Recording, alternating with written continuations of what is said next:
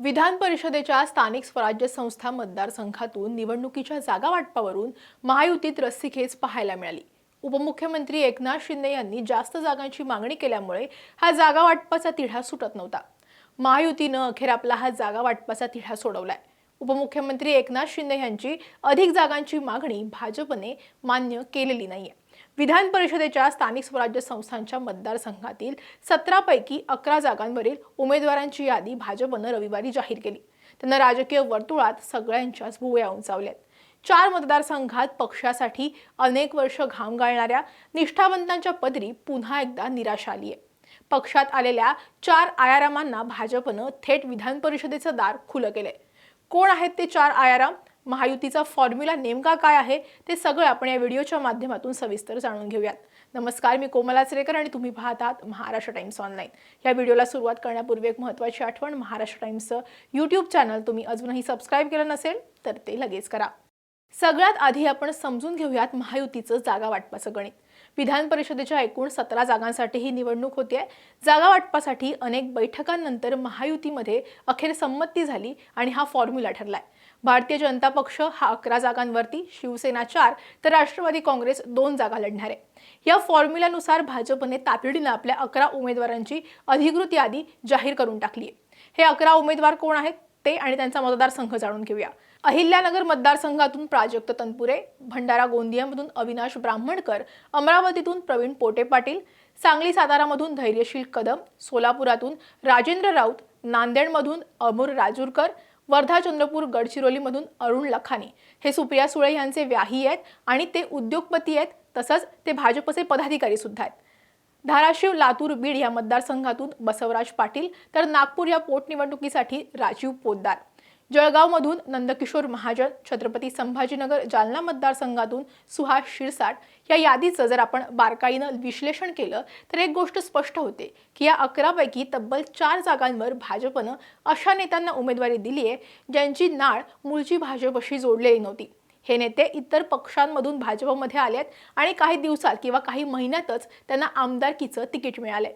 माजी राज्यमंत्री प्राजक्त तनपुरे यांनी 30 मे रोजी अधिकृतपणे भाजपमध्ये प्रवेश केला आणि प्रवेशाच्या दुसऱ्याच दिवशी म्हणजे 31 मे रोजी त्यांना अहिल्यानगर स्थानिक स्वराज्य संस्था मतदारसंघातून विधान परिषदेची उमेदवारी जाहीर करण्यात आली। प्राजक्त तनपुरे हे शरद पवारांच्या राष्ट्रवादी काँग्रेस पक्षाचे मोठे नेते होते। राहुरी विधानसभा मतदारसंघातील पोटनिवडणुकीत त्यांनी भाजप उमेदवार अक्षय कर्डिले यांच्यासाठी माघार घेतली होती। त्यानंतरच त्यांच्या भाजप प्रवेशाच्या चर्चा सुरू झाल्या होत्या। मात्र ऐन निवडणुकीच्या तोंडावर त्यांनी पक्षप्रवेश केला आणि निवडणुकीच्या रिंगणात ते आता उतरलेले आहेत। भाजपकडून सत्यजित कदम ह्या जागेसाठी इच्छुक होते, मात्र त्यांच्या पदरी आता निराशाच पडली आहे। दुसरे आयाराम आहेत ते म्हणजे बसवराज पाटील। बसवराज पाटील हे मराठवाड्याच्या राजकारणातील काँग्रेसचे जुने आणि ज्येष्ठ नेते होते। मात्र लोकसभा निवडणुकीच्या काही काळ आधी त्यांनी काँग्रेसला सोडचिठ्ठी दिली आणि भाजपमध्ये प्रवेश केला होता। माजी मुख्यमंत्री अशोक चव्हाण यांच्यानंतर मराठवाड्यात काँग्रेसला बसलेला हा दुसरा मोठा धक्का मानला जात होता। काँग्रेसच्या या माजी आमदाराला भाजपने धाराशिव, लातूर, बीड या मतदारसंघातून मैदानात उतरवून थेट उमेदवारी देऊन त्यांचं राजकीय पुनर्वसन केलंय। बसवराज पाटील हे मराठवाड्यातील लिंगायत समाजाचा एक मोठा आणि प्रबळ चेहराही मानले जातात। तिसरं नाव म्हणजे राजेंद्र राऊत। राजेंद्र राऊत हे सोलापूर जिल्ह्यातील बार्शीचे अपक्ष आमदार म्हणून त्यांनी काम केलं होतं। बार्शी तालुक्यातील कट्टर राजकीय गटबाजी आणि माजी मंत्री दिलीप सोपल यांच्यासोबतचा त्यांचा पारंपरिक राजकीय संघर्ष हा नेहमीच चर्चेत राहिलाय। ते सातत्यानं बदलत्या राजकीय भूमिकांसाठी सुद्धा चर्चेत होते। महायुतीला आणि विशेषतः भाजपला त्यांनी वेळोवेळी पाठिंबा दिला होता।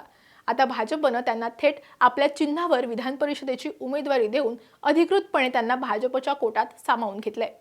चौथं नाव आहे ते म्हणजे अमर राजूरकर। राजूरकर हे नांदेडमध्ये अशोक चव्हाण यांचे निकटवर्तीय मानले जातात।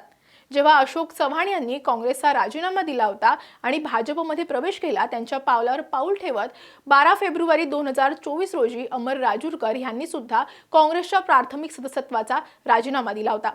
नांदेडच्या स्थानिक प्राधिकारी मतदारसंघात राजूरकर यांची मजबूत पकड राहिलेली आहे। त्यांनी या मतदारसंघाचं सलग 12 वर्ष विधान परिषदेमध्ये प्रतिनिधित्व सुद्धा केलेलं आहे आणि आता भाजपकडून त्यांना पुन्हा एकदा संधी देण्यात आली आहे। एकीकडे आयारामांना रेड कार्पेट मिळालेलं असताना दुसरीकडे मात्र पक्षासाठी अनेक वर्षांपासून सतरंजा उचलणाऱ्या आणि कठीण काळ पक्षासोबत राहिलेल्या निष्ठावंतांच्या पदरी मात्र पुन्हा एकदा निराशा आली आहे। विशेषतः या 4 मतदारसंघांमध्ये स्थानिक नेत्यांमध्ये मोठी इच्छुकांची नाराजी पाहायला मिळते। प्राजक्त तनपुरे यांच्या प्रवेशामुळे भाजपचे जुने आणि स्थानिक नेते जे गेल्या अनेक वर्षांपासून मतदारसंघात भाजपची पाळंमुळं घट्ट करत होते ते डावलले गेलेत। सुजय विखे आणि रवींद्र चव्हाण यांनी तनपुरेंना पक्षात आणल्यामुळे स्थानिक कार्यकर्त्यांमध्ये छुपा असंतोष देखील आहे। बसवराज पाटील यांच्या उमेदवारीमुळे लातूर आणि बीडमधील भाजपच्या त्या स्थानिक नेत्यांना धक्का बसलाय जे पंकजा मुंडे आणि पक्षाच्या इतर ज्येष्ठ नेत्यांच्या माध्यमातून उमेदवारीसाठी अनेक वर्षापासून देव पाण्यात घालून बसले होते। बार्शीचे राजेंद्र राऊत यांना उमेदवारी मिळाल्यामुळे सोलापूर जिल्ह्यातील भाजपच्या मूळ केडरमध्ये आणि स्थानिक इच्छुकांच्या गोटात तीव्र नाराजी आहे। आता वळूयात महायुतीच्या इतर 2 महत्त्वाच्या घटक पक्षांकडे, म्हणजेच शिवसेना शिंदे गट आणि राष्ट्रवादी काँग्रेस अजित पवार गटाकडे। भाजपच्या 11 जागा सोडून उर्वरित 6 जागांवर हे 2 पक्ष आपले उमेदवार उभे करणार आहेत। शिंदे यांच्या गटाला 4 जागा मिळाल्यात।